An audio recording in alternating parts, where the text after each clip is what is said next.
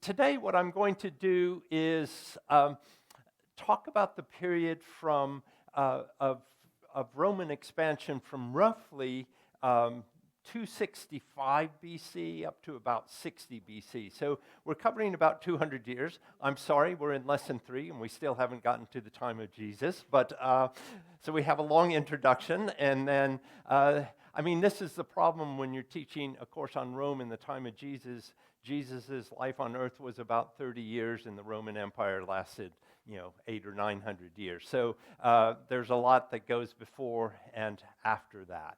And what I want to do, though, is to talk about the situation that really brings us up to the period of Jesus' life so that you understand where the Roman Empire was standing at that time and a little bit about the expansion of the Roman Empire, and then how the government of the Roman Republic began to crumble and would eventually be replaced by essentially a dictatorship.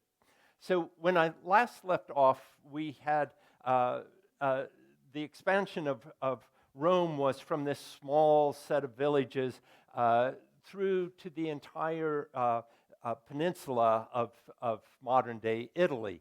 And this is a map from a slightly older period, but that area in red was where the Romans started off and eventually defeated the Etruscans to the north of them, and then began to take over the smaller groups of people that lived to the south of them, including the Greeks, and pushed the Greeks out of that area of what is today Italy, and by 265 had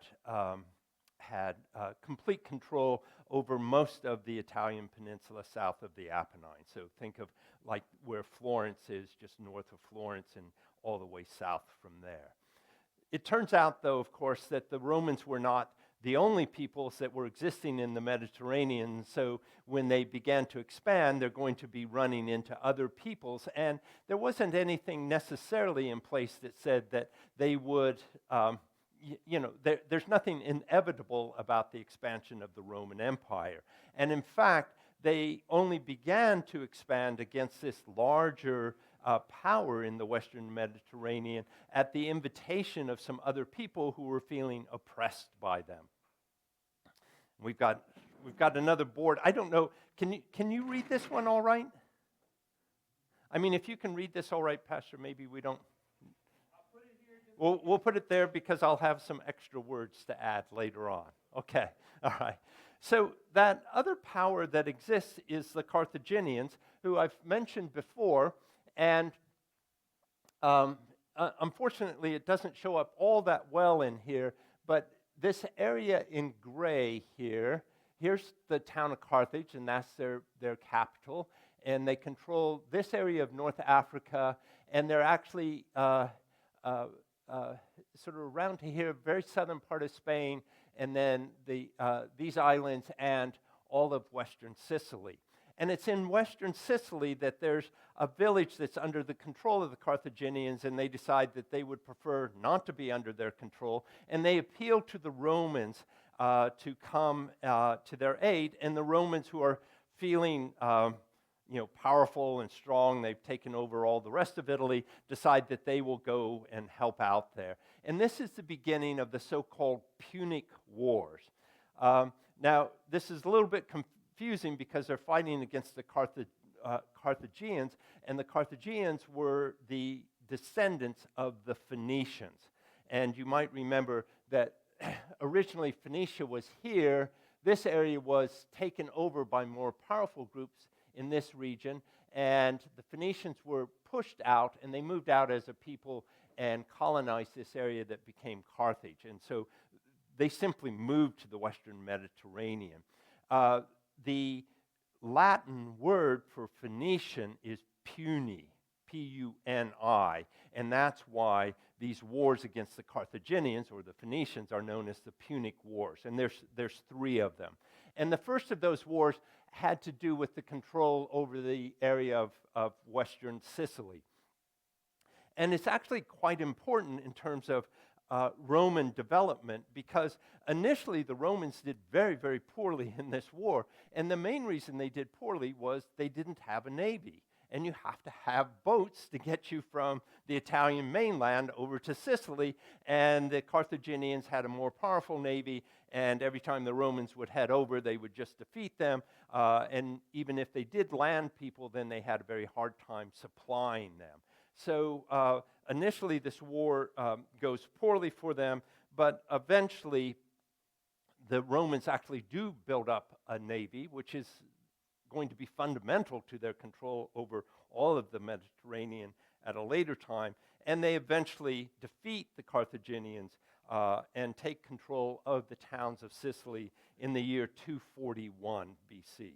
So this was actually a war that started, in 264, and it lasted to 241. So it was a fairly long engagement between these two powers. Now, the Carthaginians, although they lost this and will eventually lose Sardinia and Corsica as well, don't just sort of give up on everything. They decide, well, where can we expand where there aren't Romans around? And under a leader with the wonderful name of Hamilcar Barca, and I don't know why that name has never been used since then. I always encouraged my students when I was at Warren Wilson to keep that name in mind when they started having children. I would love to have a Hamilcar in a class at some point. But Hamilcar Barca was the head of the Carthaginians, and what he decided to do was to expand into Spain. And so they expanded all in this area, what's today Spain and Portugal, and remained a very powerful force in the Western Mediterranean. When he dies, his son takes over, and this is somebody that you probably do know, Hannibal. All right, so Hannibal is his son. He takes over in 221. He's 25 years old. And now they're going to run into the Romans again. The Romans had sort of made a deal with them, and they said, look, if you agree not to expand beyond this, I believe it's this river right here, it's called the Ebro, E-B-R-O river. If you don't expand northward from there, then we'll let you have this as your zone of control, but we're going to continue moving across this way and take over this area, which for them was southern Gaul. And so this was the agreement, and in fact the Carthaginians stuck to it, but then the Romans sort of trumped up something saying, oh no, you actually crossed into our zone, and therefore we're going to have to go to war with you. And this was then the outbreak of the Second Punic War in the year 218. This war also does not start off very well for the Romans at all. Okay, so the Carthaginian army is a relatively large army. Hannibal is not afraid of the Romans, and he's going to go on the offensive right away. So he takes his army of about 30,000 men, and most of these, by the way, are mercenaries, and this is going to be a weakness for the Carthaginians. They're always having to hire soldiers to fight for them. One of the things that they have, and you probably know these stories, is elephants. Right? This is something the Romans didn't have, hadn't seen, and Hannibal actually marches along the coast here, and right in this area here that's now the border between Italy and France, you know, the Alps go down to the sea there, and he marches over the Alps with his elephants. He evidently had 37 of them, and historians talk about this, how effective these elephants were in war. Perhaps not all that effective, but they were just very frightening, right? And something strange. And he marches straight in to the Italian peninsula.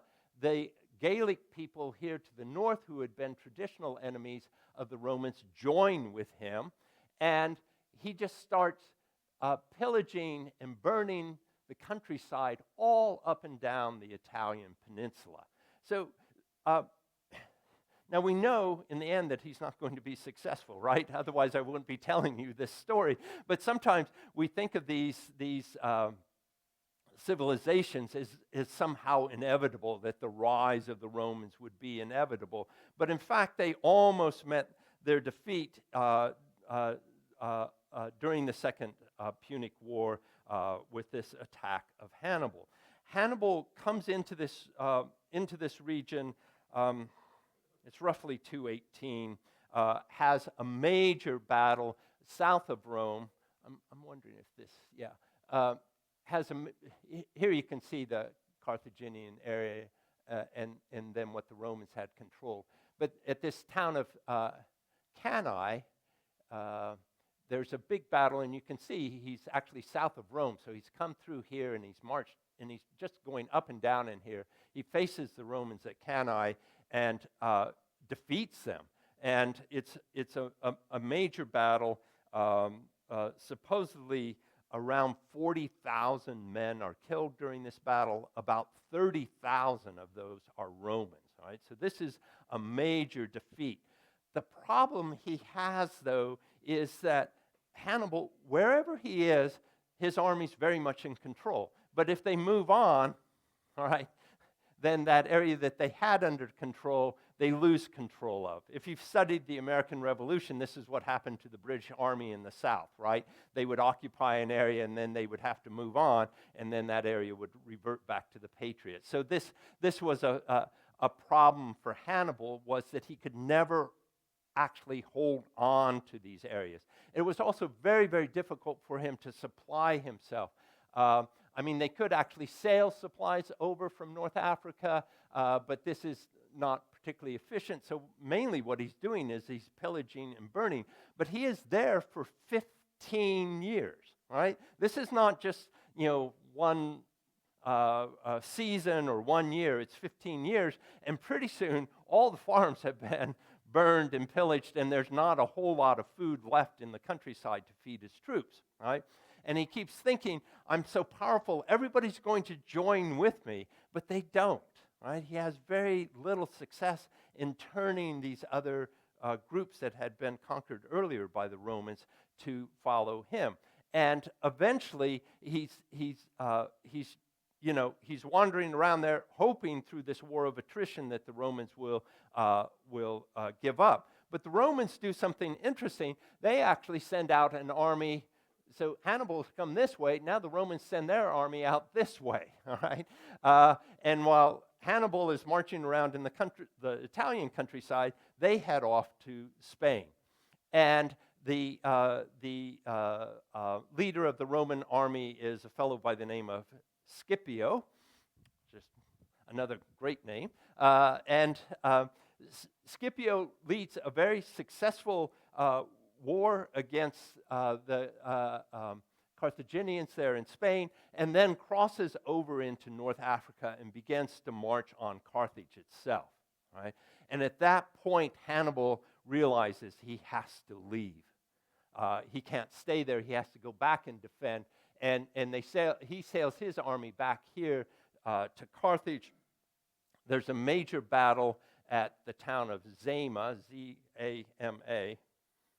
I'm not sure whether it was a town or just a place, but it's known as the Battle of Zama. And the Romans here are successful. So they defeat Hannibal. Scipio defeats Hannibal at Zama outside of Carthage in the year 202. The Romans are very excited. You might have heard of this Scipio. He's known as Scipio Africanus. Okay? So he's named after what will now become a new province of the Romans, which they will call Africa. So it's this area right here. They don't actually take the city of Carthage itself. So the city of Carthage remains under the Carthaginians, but they've taken all of their territory, and now the Romans control all of this region here in the Western Mediterranean. So they're the dominant group in the Western Mediterranean. Now, the other thing that they began doing at the same time here in the 200s is they also began to move eastward. And here in the east, you have the remnants of Alexander the Great's empire that he had created. After Alexander the Great died, then that empire was divided up among his generals. And so you had, honestly, I don't remember, there's the Antigonid, the names are up here, I think. Yeah, Antigonids in blue, the Seleucids, the Ptolemies, and then there's others around here. And they'll actually be successful against the Antigonids and the Seleucids and take over all of this region that you see here in the dark blue and the yellow, and essentially all of what is today modern Greece. So they've also expanded all the way around here and have taken over these kingdoms of the old Alexandrian kingdoms, all except for the Ptolemaic kingdom, which is centered in Alexandria and is mainly in the area of Egypt. All right. So so what you're going to see then is this expansion of the Romans into this area. There is one more Punic War. I told you there were 3 of them, and this one is not a particularly important one, but it begins to give you an idea of what the Romans were like and the Roman sense of their power and their imperialistic privilege. And one of the things that some of them simply could not stand was that their old enemy, the Carthaginians, still actually exists. They still have their capital. They still have this large city of Carthage, right? And when you think of cities at this time, think they look quite a bit like modern urban cities. People lived in apartment houses, 4 or 5 stories high, and so you had big streets lined with apartment buildings. And this is the city that the Romans will eventually take over. There's a Roman senator who's particularly obsessed with the Carthaginians, even though they're not an enemy or really a major power anymore. But after every speech, and this is Marcus Cato, also known as Cato the Elder, he can be speaking on, aqueducts, plumbing, paving the streets, whatever he would be speaking on, but he would always end every one of his speeches by pounding, on the rostrum and saying, "Carthago delenda est," and Carthage must be destroyed. Right? So he had this obsession, and finally the Romans decided, well, I guess that's right. And so they send out an army. This is in 149. And eventually they do take the entire city of Carthage. There's accounts of this by people who were there at the time, and just the burning of these apartments and people dying and jumping off the apartments and the whole city just being burned down. And it was completely destroyed. This is where the story comes of the leader, and it's another Scipio Aemilianus. That he scattered salt across the fields so that they could no longer even grow anything in their fields. There's no evidence that that's actually a true story. It may have been symbolic, a little bit of salt across the way. But now by the year 146, which was when Carthage fell, the city of Carthage falls, the Romans now have complete control of the western Mediterranean, and as I've mentioned, they've expanded into the eastern Mediterranean as well. And by the year 146 BC, we have then this Roman Empire that stretches here and all the way around here. By the way, they still have not taken Jerusalem, so the most of the Holy Land is not yet under their control. That will happen about 100 years later. Okay, so this is part of the story. This is the expansion. This is the creation of this great Roman empire that we've all heard about. What I want to talk about is what's happening in terms of the government. Now, the last time I talked about the creation of the Roman Republic, and this is something that the Roman people are very, very proud of. They've created this mixed system of government where everybody has a role. Well, all adult male citizens have a role, right? And you give power to a certain group of people, 2 councils. Remember, there's 2 councils at the top. They serve for 1 year so that their power is somewhat limited. they can't take any action unless both of them are in agreement at the same time. You have the elite also serving as this advisory board known as the Senate. Okay? So you have a place for the people who have the time and the education and so forth to govern, and they're recognized as having a role. But there's also a recognition that there's a role for the army, so that the army has its assembly of the centuries, and they are the ones that actually elect the councils. And then you have a role for the plebeian class in the so-called assembly of the tribes, where they're represented, and where over time they eventually are allowed to elect 2 tribunes and then 10 tribunes who have a fair amount of actual legislative power within this republic. All right, the Senate really sort of controls everything, even though they don't actually vote on anything. They're just an advisory board. But again, remember as well, you have these patrician class, and they have a class of patrons and clients. And so everybody's tied together in a bunch of ways.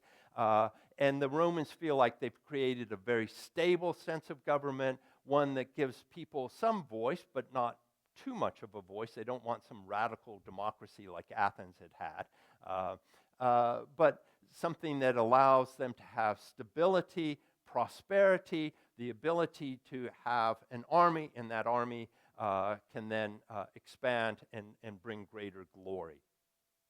And all of this has been accomplished under the Republic, right? And I think it's just really important, because if you read at the time, the Romans are so proud of that Republic and what they've accomplished.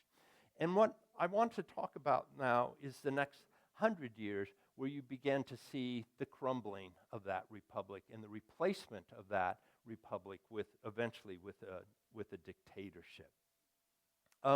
One of the important elements of this republic was a strong citizen army.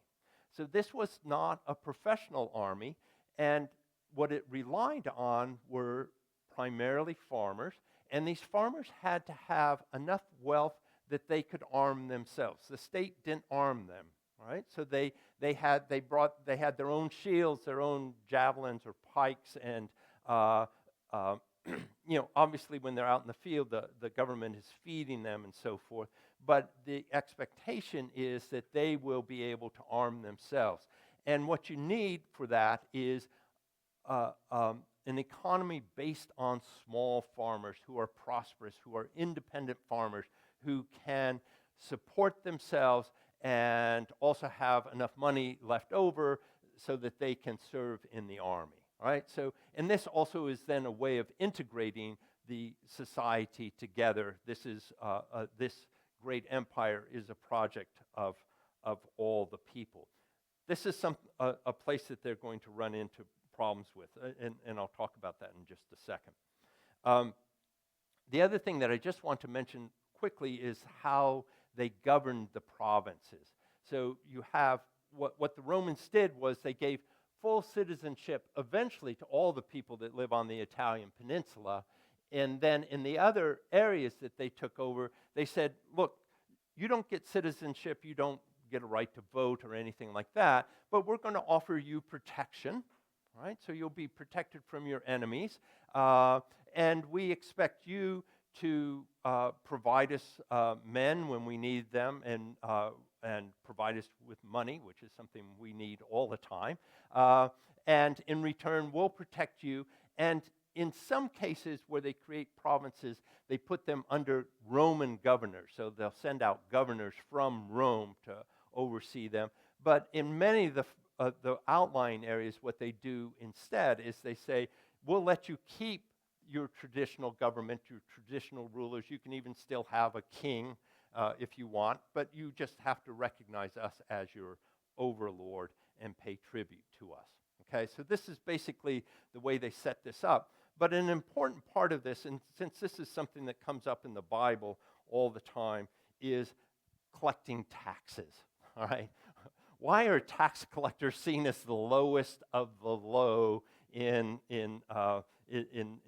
biblical stories? It's very interesting the way the the Romans collected taxes. Uh, they did not have a huge, sophisticated bureaucracy, which is what you have to have, right? In the United States, we have the IRS. They send out a form, we write a check and send it back, right? And there's a bureaucracy that can handle all of that. The Romans didn't have that. So what they did was they essentially put this into private hands, and they would look at a territory and they'd say, they ought to provide us with about 10 million in taxes, let's say, okay? We think that's a reasonable amount.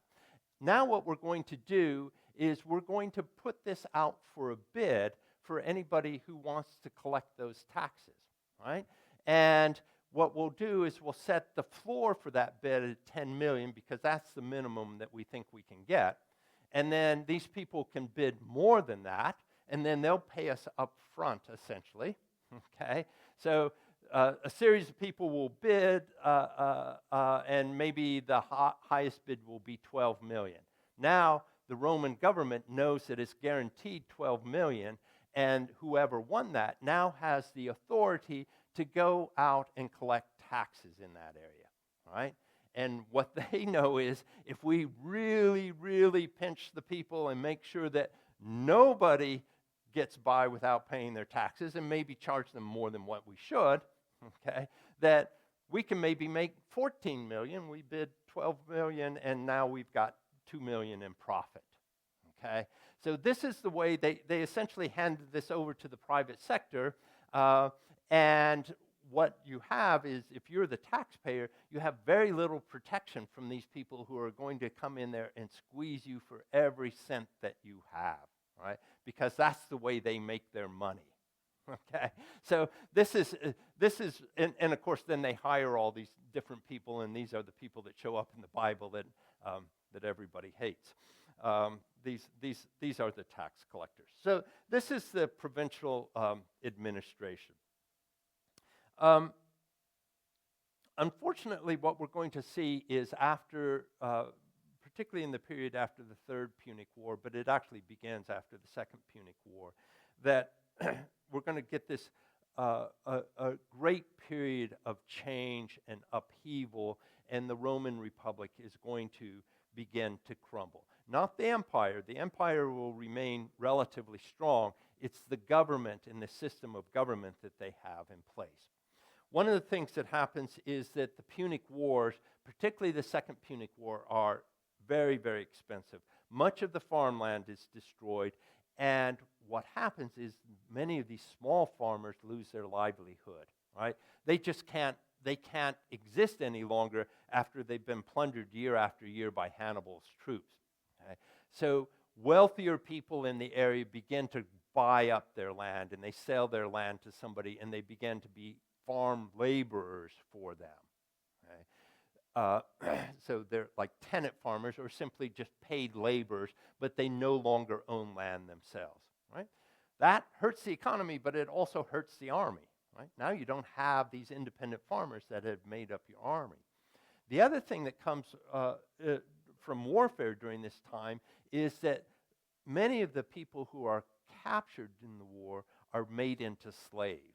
And then these slaves are brought in, and they're also working the farm. So they're taking over a lot of the employment that these small farmers had. So many of the small farmers now start moving into Rome. And this is when Rome starts growing, to 100,000, 200,000, 300,000. Eventually, it's going to be a city of over 1 million people.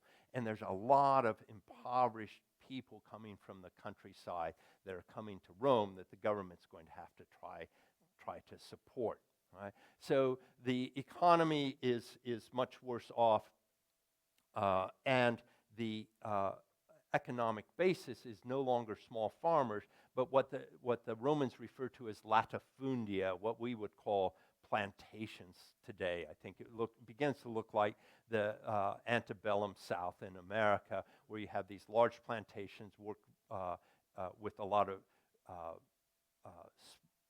tenant farmers and also slave labor working on that, right? And that's going to hold for the rest of the period of the Roman Empire. All right. Now,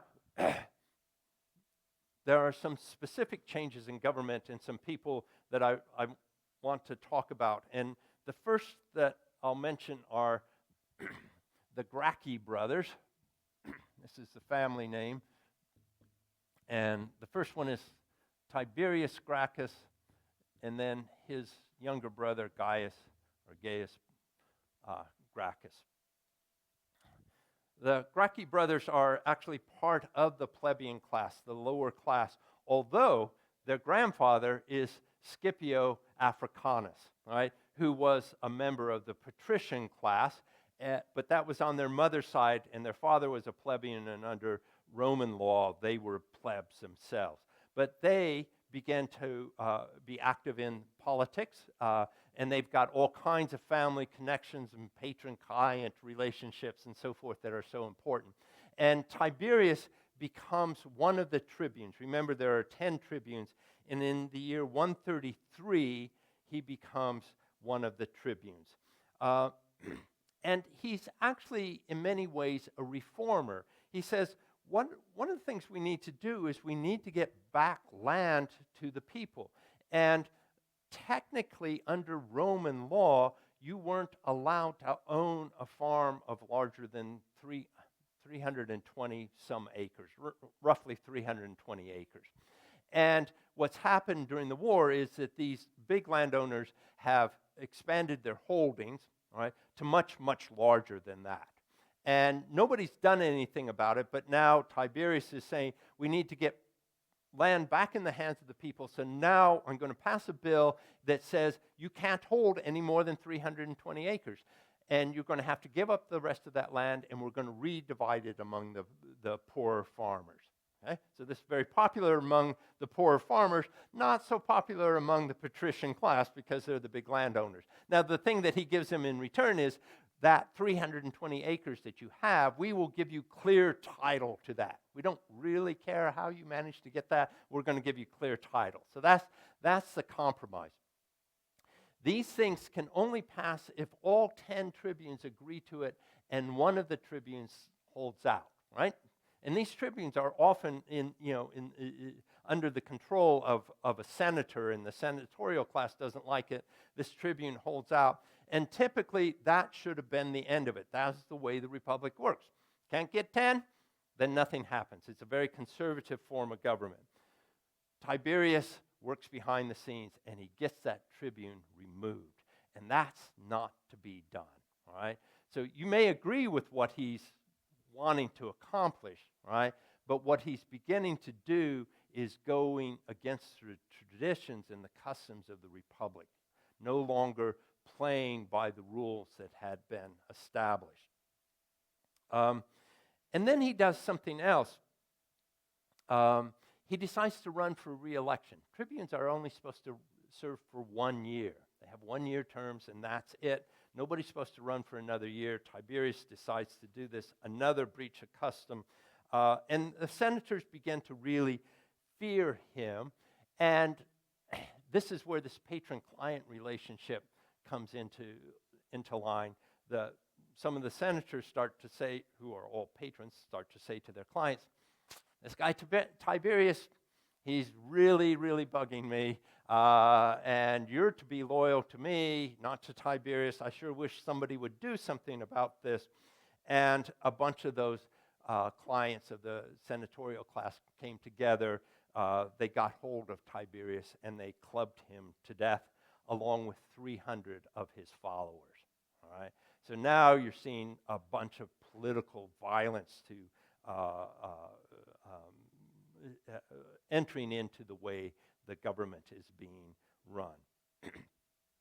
Things settle down after this, and 10 years later, Gaius Gracchus becomes a tribune in the year 123. He also wants to pass some laws that limit the power of the Senate. And this gets really, really complicated, so I'm not going to go into it, but it essentially has to do who's in charge of tax collecting and basically you have the senatorial class, and then you have this sort of emerging middle class called the equestrian class, those who could afford horses. And those two are both are arguing that no, we should be in charge of tax collecting, and the other one is saying the opposite. And so he's wanting to straighten that out. This gets the senators upset with him again. He also, this is rather interesting because some of these things you sort of, they still resonate today. He's wanting to expand Italian citizenship. Right? So if you have Italian citizenship, you have certain rights and rights over control of property and so forth. And he's wanting to expand it further north into Italy, into former Gaelic areas, and even into other parts of the empire. And other people are saying, no, we don't want that. We don't want all these other people being able to claim that they're Romans.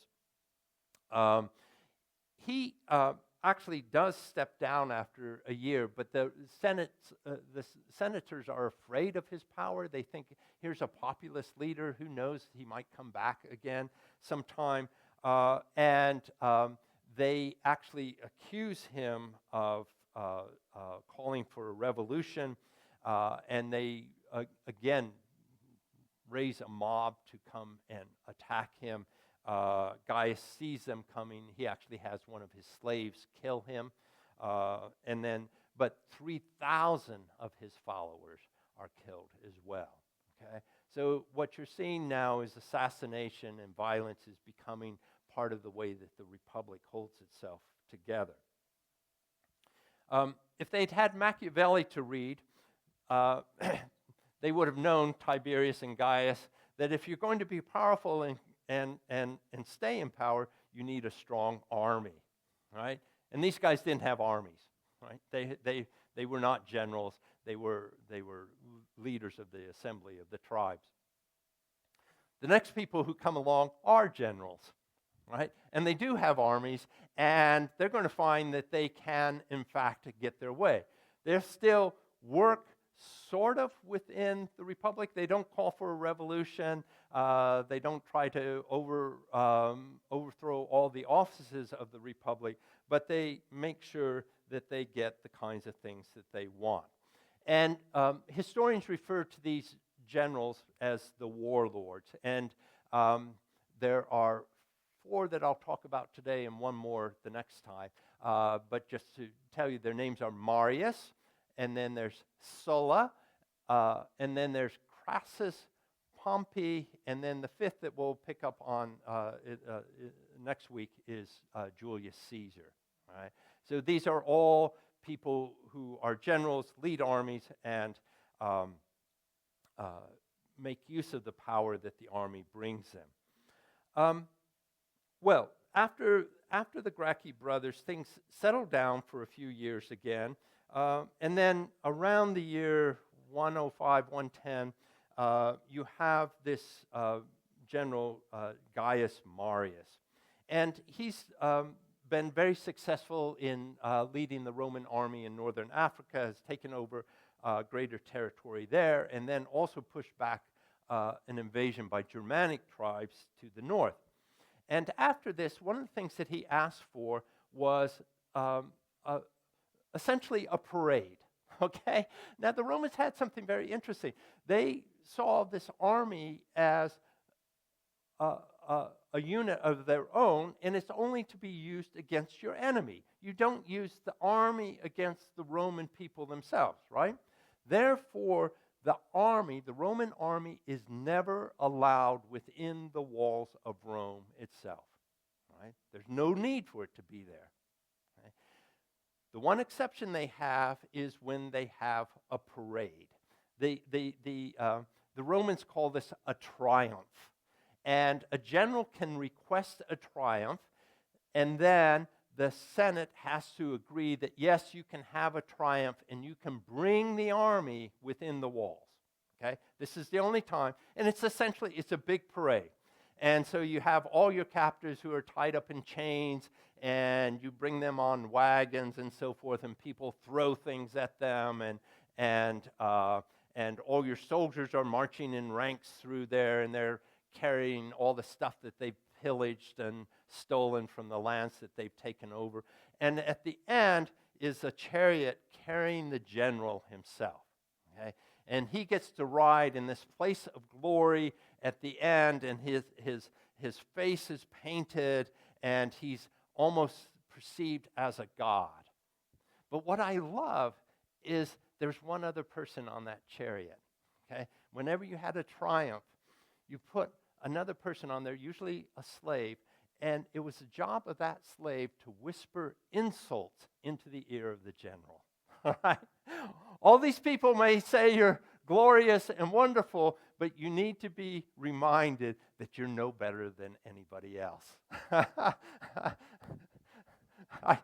I love this idea. I'm not sure that I would volunteer for that position, but I don't know. I can imagine some parades where that would be fun. All right. So Marius asked for a triumph, and in this case, this triumph is allowed, but this will become an issue later on. The long and short of it is that he's a very, very popular person. He's been a successful general, and now he gets elected consul. But again, the traditions are broken. Consuls are to serve for 1 year, and then they move into the Senate. He's elected for 5 straight years. Okay. He also now begins to make changes to the Roman army. And this Roman army is no longer going to be limited to these small landowners, but he begins to recruit, and he recruits a lot from the urban proletariat, right? Because you have this urban poor who have poured in from the countryside, but they can't support themselves. So now this becomes very much a professional army. You join the army and you serve in it, not just when the army is in the field, but for a period of often for 20 years or so, okay? And that becomes your profession.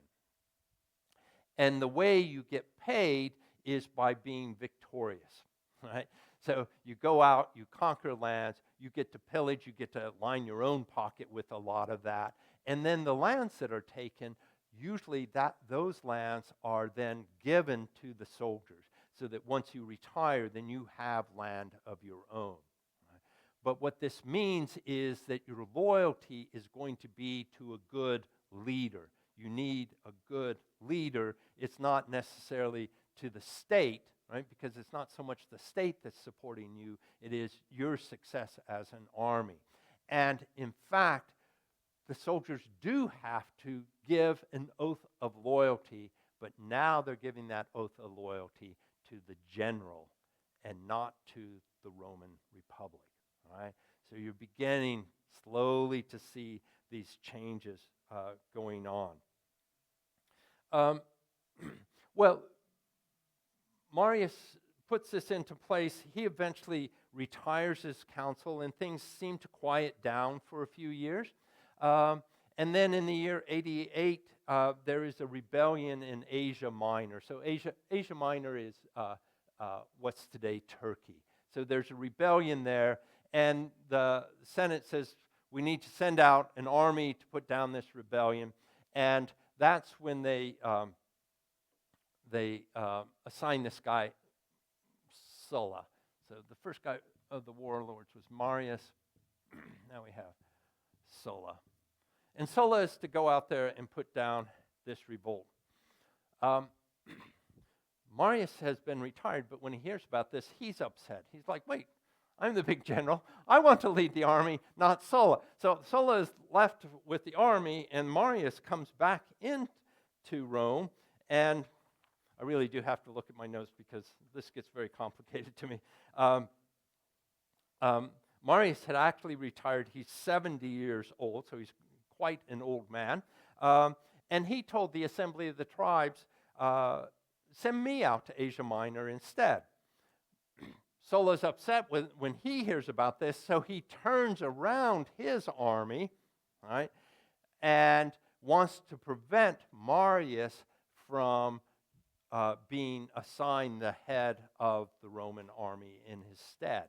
And he already has his army with him, right? There's going to be sort of two of them, but he's got this bigger army, and he turns around and he marches into Rome with the army. Not for a triumph, right?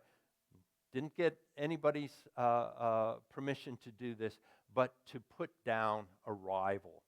And this actually turns into basically a civil war, the fighting between the followers of Solus and the followers of Marius. Marius flees, and then Sulla leaves again with his army. I won't keep going into this because once Sulla leaves again, Marius comes back to Rome. Sulla eventually puts down the revolt in Asia Minor and then comes back with a vengeance with his army, and he's ready to take on all of the people that have followed Marius. Marius has died by this point, and Sulla comes in with his army. He kills many, many of Marius's followers, and then he tells the Senate, I want to be made consul, but I want to be made consul without limit of time. He doesn't say for life, but just, I'll decide, all right?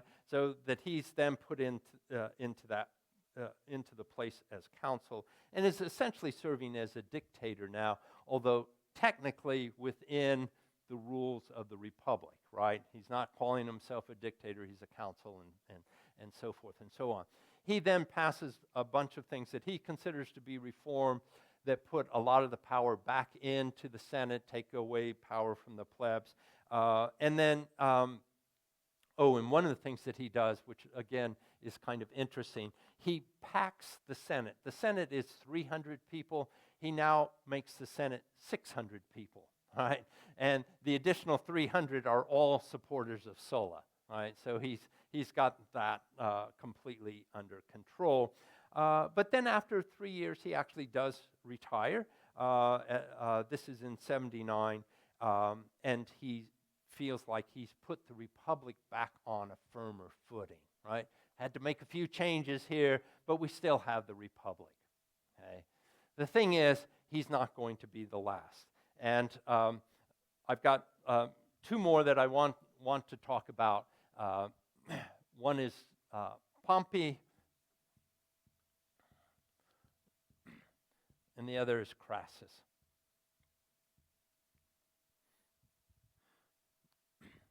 Two more generals who've been fairly successful in the field. Pompey made a name for himself by putting down a revolt in Spain. This was in 77 BC. Crassus, you might have heard of. He put down a slave revolt, the one led by Spartacus, and that was in 71 BC. All right. So in many ways, if you're a Roman, you look at these two men and you say, yes, they are serving the needs of Rome. This is a good thing, and they are popular with the people.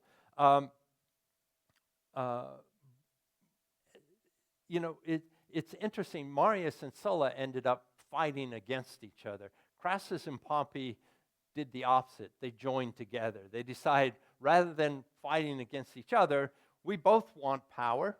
There are usually two consuls. We'll just go in and say to the Senate, we want to be made consuls. You're supposed to be 42 years old. I'm not sure. I think Pompey was still in his 30s. So again, another little break with tradition, but they put the pressure on the Senate, and the Senate makes them consuls. And basically what you're seeing is the Senate allows itself to be bullied by these people. And all the traditions of the Republic are beginning to break down.